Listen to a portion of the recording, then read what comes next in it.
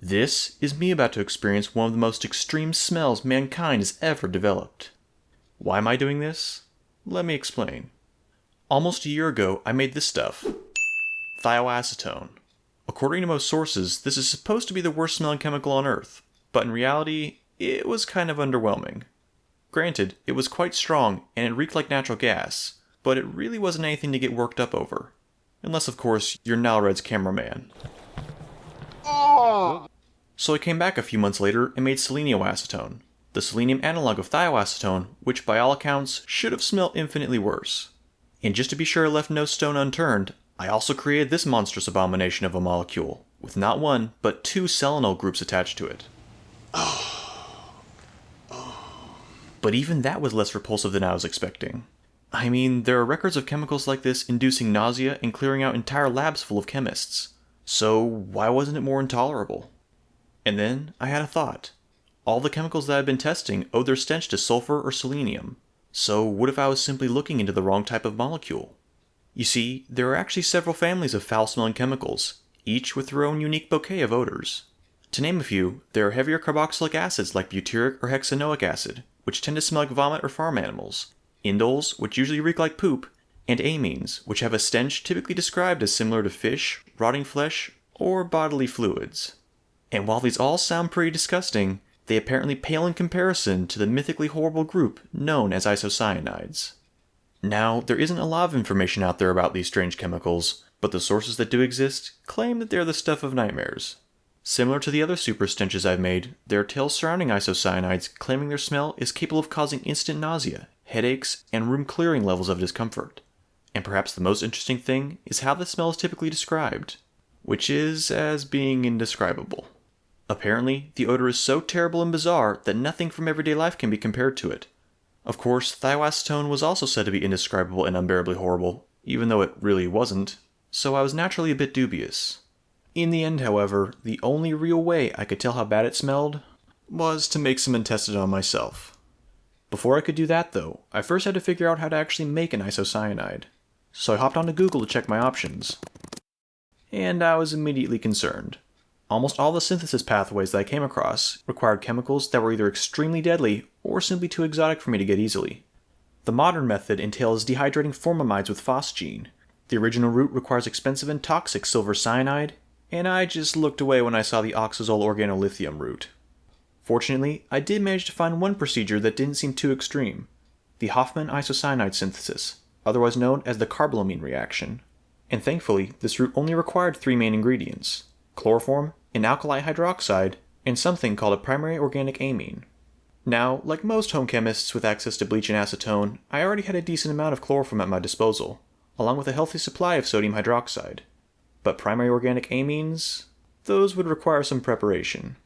For those unfamiliar with the terminology, a primary organic amine is essentially any molecule with an NH2 group attached to a larger carbon-containing structure. Of course, there are literally thousands of chemicals that fit this description.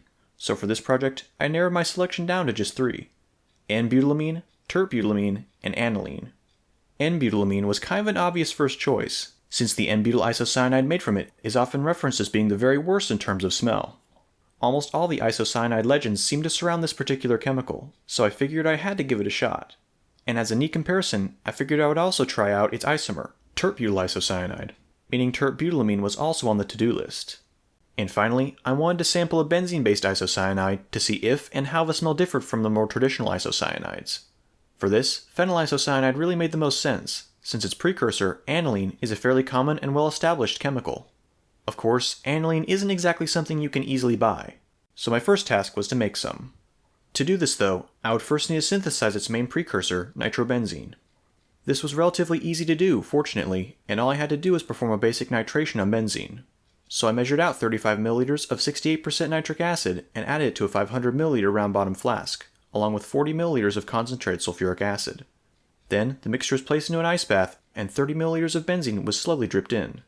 For this reaction, the solution needs to be kept below 50 degrees Celsius to prevent overnitration. Once all the benzene had been added, the flask was removed from the ice bath and carefully heated to 60 degrees for 1 hour. During this time, a strong artificial cherry smell began to fill the room. This is the characteristic odor of nitrobenzene, and honestly, it's probably one of my new favorite smells. Although, looking back, I find it kind of ironic that such a wonderful smelling liquid could be used to make such a horrible smelling isocyanide. But that's chemistry for you. Anyways, after things were done reacting, the mixture was added to a separatory funnel and the lower acid layer was drained off. Then, the remaining nitrobenzene was washed twice with water and drained into a 50 milliliter flask, where it was dried with a few spoonfuls of calcium chloride. This left me with a nice and clear solution of crude nitrobenzene. Optionally, I could have distilled this to get a higher purity product, but considering the impurities would just be consumed and separated later on, it didn't really seem worth the extra effort. So, moving on, the obvious next step was to reduce the nitrobenzene to aniline. Normally, this would be done with a mixture of tin and hydrochloric acid, but sadly, I'm not normal, and I didn't have any tin. So instead, I went for a far more common reducing agent that can be bought in practically any supermarket. Steel wool. Iron is actually an excellent substitute for tin in this reaction, although there is one small catch. You can't stir with a magnetic stir bar because, well, iron is magnetic. This, of course, puts a huge damper on things because without stirring, the insoluble nitrobenzene simply phase separates from the acid and doesn't react. With steel wool, however, the iron has enough volume and surface area to mingle with all the reactants, and the reaction proceeds basically like normal. So, to my 500 milliliter round bottom flask, I added 45 grams of steel wool, followed by 15 milliliters of nitrobenzene.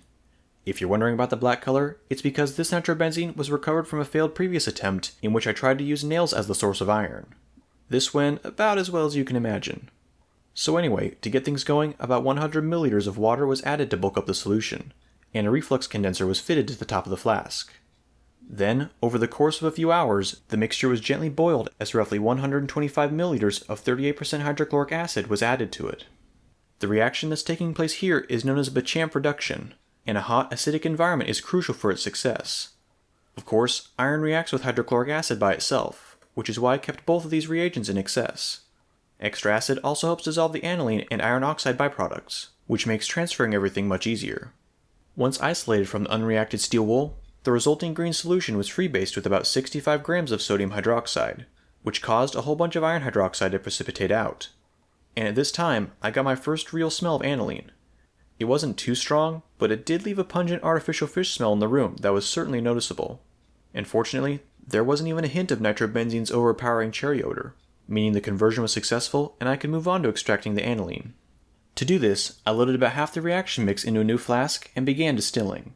Much to my delight, the distillate was a murky white color, and an oil could be seen collecting in the final receiving flask. This all pointed to a successful steam distillation, so once the distillate ran clear, I loaded the rest of the material as a separate batch and distilled out the last bit of crude aniline. In the end, I obtained roughly 10 milliliters, which I attempted to dry over calcium chloride and redistill. Ultimately though, I only succeeded in reducing my yield. But thankfully, I was still left with enough to use in the isocyanide synthesis. So now, with aniline out of the way, there were only two organic amines left for me to obtain, the N-butylamine and Tert-butylamine. And unfortunately, this is where things got kind of tricky. You see, there aren't many easy ways to get these kinds of amines at home. The most straightforward way will be to catalytically react ammonia with either isobutylene or N-butyl alcohol, but that fell pretty out of my league. For Tert-butylamine, I ultimately followed the route I detailed in a previous video, which involved reacting urea with tert-butanol and sulfuric acid, and hydrolyzing the resulting tert-butylurea in ethylene glycol with aqueous sodium hydroxide. Using this pathway, I only produced 5 milliliters of tert-butylamine from nearly 100 milliliters of tert-butanol. Not exactly an efficient conversion, but as with the aniline, it still left me with enough to prepare the corresponding isocyanide. And with that, N-butylamine was the last chemical on my list. Now, probably the easiest way to produce N-butylamine is known as the Gabriel synthesis. This relatively simple reaction is basically an acid or base catalyzed hydrolysis of N-butylphthalamide, which can itself be made by refluxing 1-bromobutane with phthalamide in a solvent like DMSO. Sadly though, I had absolutely none of the necessary chemicals to do this. So instead of making it myself, I decided to outsource my problems to this guy, Midwest Chem. If you ask me, he's an absolute legend. Not only for making the N-butylamine himself, but for being totally willing to send me his entire sample. So yeah, big shout out to him, and if you want to see how he performed the Gabriel synthesis, go check out his channel, which I've linked in the video description. It took about a week to ship, but soon enough I had the last of my amines in hand, which meant it was finally time for the main event, preparing and smelling the isocyanides.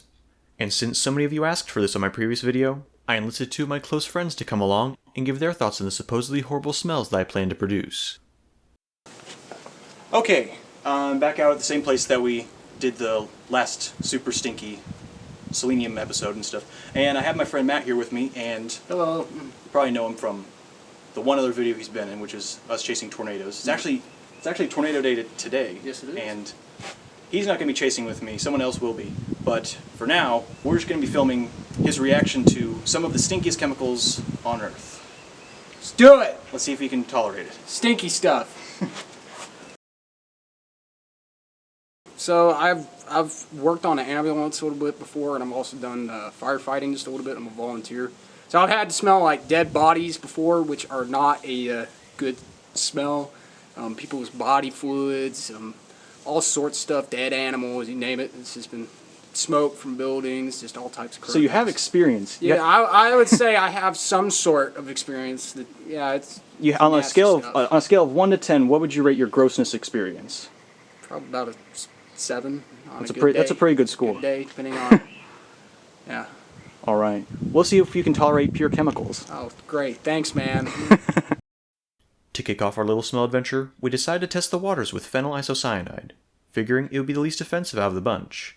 Unfortunately, we were in for something of a rude awakening. Holy crap! The world. Oh yeah, you're right. I can smell it. That is weird. Did you taste it? Yes, I did. Yeah, that's pretty good. That, Oh man. and that's not even the worst one. Holy crap. Oh. Yeah, it's like a really bad burning plastic. Yeah. With like some organic to it. Yeah. Oh man. So that's regarding the smell, I guess I'll briefly describe it. It's nothing at all like the thiols or selenium stuff. Those smell sulfury and that kind of bad smell. This smells like plastic. Like the best way I've heard it described is like alien slime. It's just completely out of the ordinary. You've never really smelled anything like it. Matt described it best as kind of like a tire, but without like the sulfury part of the tire. Just kind of like this burning, rubbery. It's gross. There's few ways to describe it. It's just completely awful. And if you get a big enough whiff of it, you can taste it, and it's not very pleasant. Let's do one that's worse.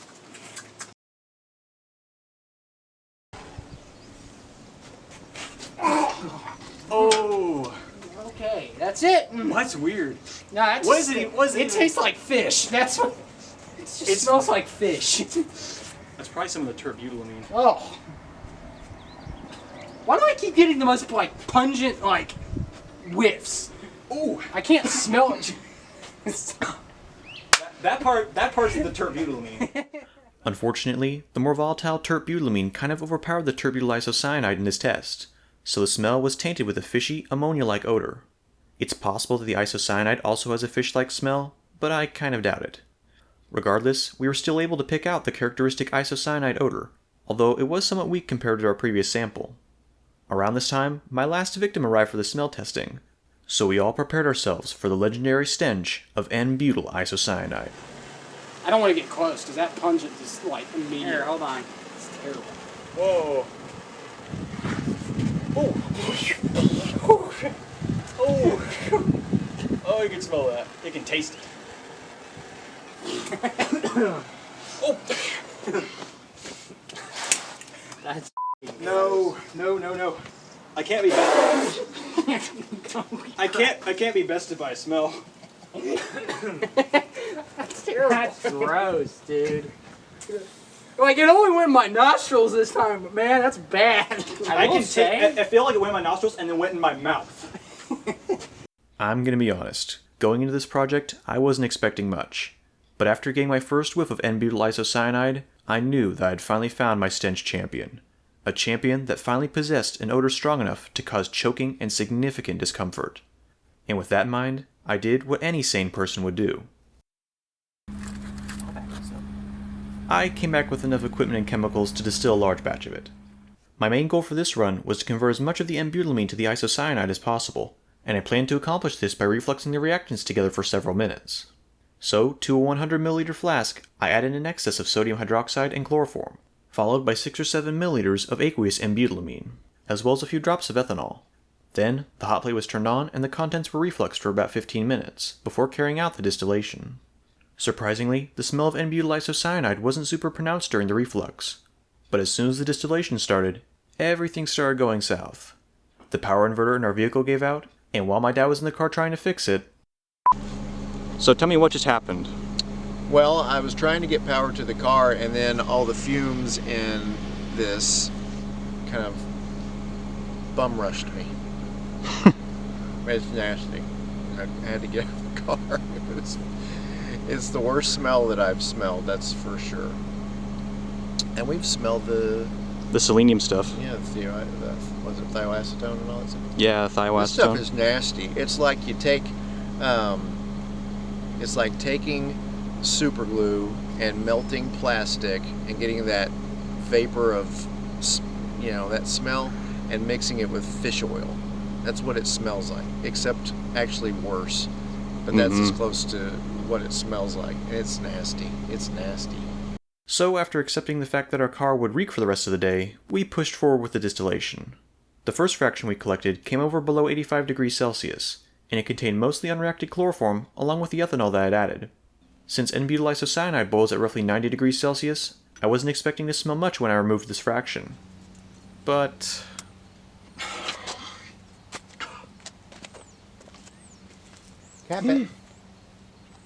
Honestly, it's hard to understate just how strong the smell was here, which is fairly incredible considering the distillate we collected thus far was mostly chloroform. For the final leg of the distillation, however, the composition totally changed. In the receiving flask, 2 layers could be observed, an upper organic layer and a lower aqueous layer. Isocyanides, unlike chloroform, are actually less dense than water, which means what you're seeing here is actually reasonably concentrated N-butyl isocyanide. And when I realized what I had, I was elated. After all this work, I had finally isolated the legendary N-butyl isocyanide. Nothing could possibly ruin this moment. What happened? Except for dropping it all on the pavement. Yeah, that was mildly disheartening. Fortunately, we still had the initial fraction, which absolutely reeked of isocyanide, so I salvaged as much as I could from the broken glassware and bottled it up with the rest. Now, at this point, I imagine many chemists would probably throw in the towel, but I couldn't just abandon isocyanides without actually isolating at least one in a reasonably pure state. So in the days that followed, I distilled both the phenyl and tert-butyl isocyanides, as well as another one which I had only briefly tested, 2-hydroxyethyl isocyanide, which was derived from ethanolamine and contained an alcohol functional group in addition to the main isocyanide group. In the end, I was mostly successful, although some of the samples were slightly contaminated with tar because I ran the distillation too hot. In hindsight, adding a bit of water and steam distilling the product probably would have worked out better. So now, the big question. What did they all smell like? Well, to describe the odor of most isocyanides, I would say it's an extremely acrid, burning plastic smell, with notes reminiscent of superglue, car exhaust, and chemical solvents. This might not sound all that bad, and to be honest, it really isn't. The strength, more than the smell itself, is what makes this stuff unbearable. For all of my more experienced chemists out there, smelling isocyanides feels a lot like smelling pyridine, although much worse. As soon as you inhale the fumes, you can feel them travel through your nose and into your mouth, leaving a choking sensation of bitterness that just makes you want to cough. To give you an idea of how overpowering the smell is, just listen to what my dad had to say as we were traveling back from our first distillation. Well, it was the worst of the worst. Like we were talking about, if I was in they talked about like the thioacetone and how it got into some building, or they created it and it smelled really bad and people were throwing up or whatever. Okay, well, we smelled that and it stunk, but I kind of like weird smells, and so it didn't really bother me. But if I was in a room with thioacetone or something like that and it leaked out or something like that, it would be gross and I'd probably want to leave or whatever just because I didn't want to smell it all the time. But with this stuff, if I was in a room and this stuff was there, I would have no choice but to leave because it's noxious. It's just really, really, really bad. Now, while this is the general experience with most isocyanides, each one is different in terms of its strength and smell profile.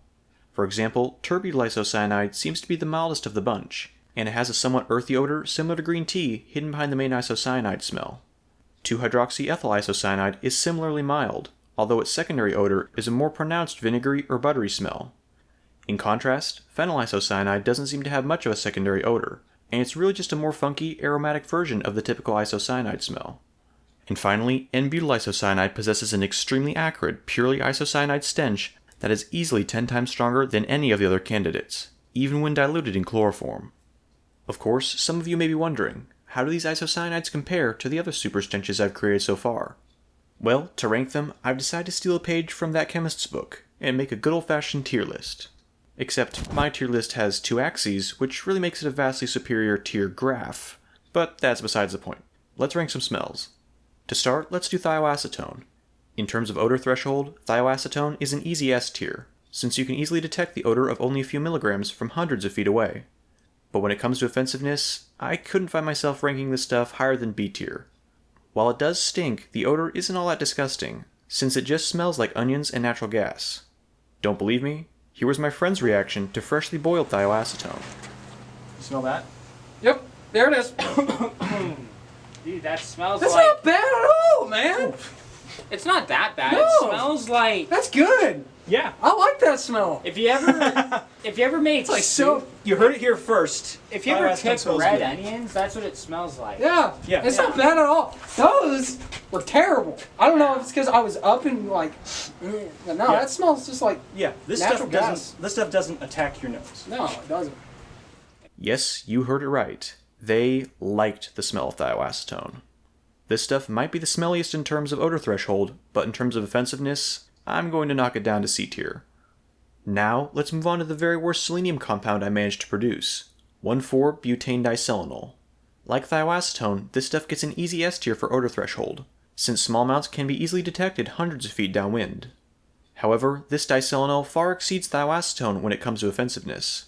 It has an odor similar to skunks, bad breath, and gasoline, and it is powerful enough to leave a similar taste in your mouth after you get a good whiff of it. In my opinion, this combination of factors lands 1,4-butane diselenol in A tier for its unpleasantness. And in case you're curious, I did also have my friends smell the diselenol, and they agreed it was pretty rough, but not unbearable.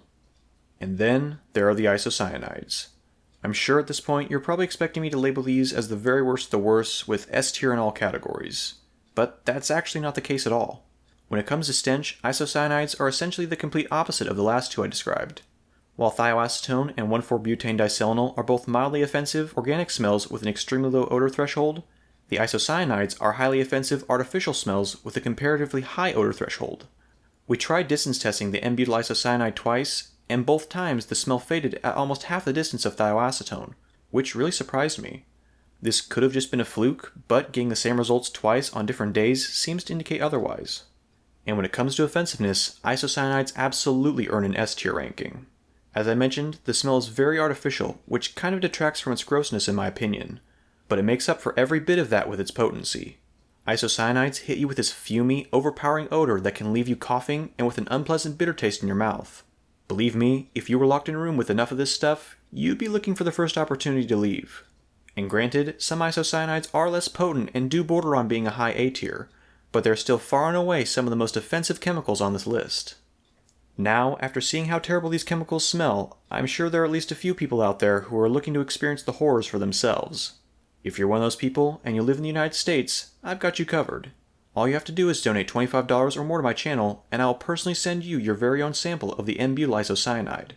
New Patreon supporters who sign up for $10 or more will also be offered a sample, alongside my existing $20+ patrons. Act quickly, this offer is only valid while supplies last. Well, I think that just about wraps up this episode. As usual, I'd like to take a moment to thank all the sponsors who made this project possible, and if you're interested in hobby chemistry, I definitely recommend checking them out using the links in the video description. Backyard Science 2000 runs an eBay store that sells all kinds of exotic chemicals, and Alchemie Labs is responsible for sending me the concentrated nitric and hydrochloric acid used to make the nitrobenzene and aniline. All their products are well packaged and top quality, and I honestly can't recommend their services enough. Similarly, Cell Supplies donated some of the glassware used in this video, which can be bought for a very reasonable price on their website. Again, the links are down below. A special thanks goes out to all the dedicated LabCoatz patrons. This video has been in the making for quite a long time, and I'm very grateful to everyone who has stuck around until now. Remember to like, share, and subscribe, and I'll catch you next time. LabCoatz, out.